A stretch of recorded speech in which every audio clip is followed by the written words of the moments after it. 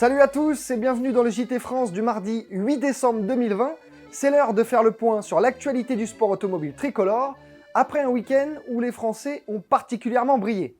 Votre magazine favori est en kiosque ce mercredi, avec en une le 7e titre de champion du monde du duo Sébastien Ogier et Julien Ingrassia et la première victoire en F1 de Sergio Pérez. Retrouvez également notre visite de Chazelle Technologies Course et la présentation du e-Trophy Andros 2021, sans oublier notre covoiturage avec Mathieu Zangarelli, le directeur sportif d'ART Grand Prix.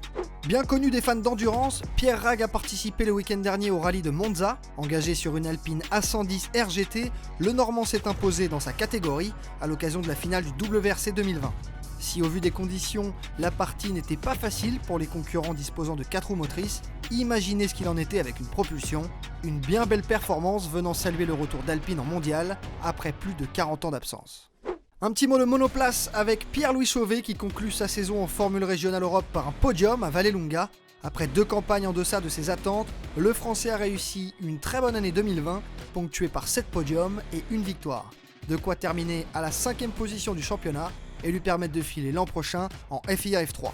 Mais avant cela, il fera un petit détour par les Émirats pour disputer l'Asian F3, compétition hivernale de préparation qui aura lieu en janvier et en février.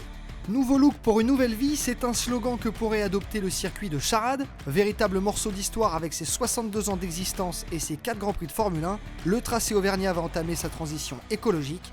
Green Corp Connection, société présidée par le pilote de rallycross Gerlin Chichery, est le nouvel exploitant de cette piste mythique. Une révolution qui passera par l'électrique. 12 hectares de panneaux photovoltaïques seront installés pour lui permettre de devenir le circuit le plus vert du monde, sans oublier l'activité sport auto avec notamment une piste de karting.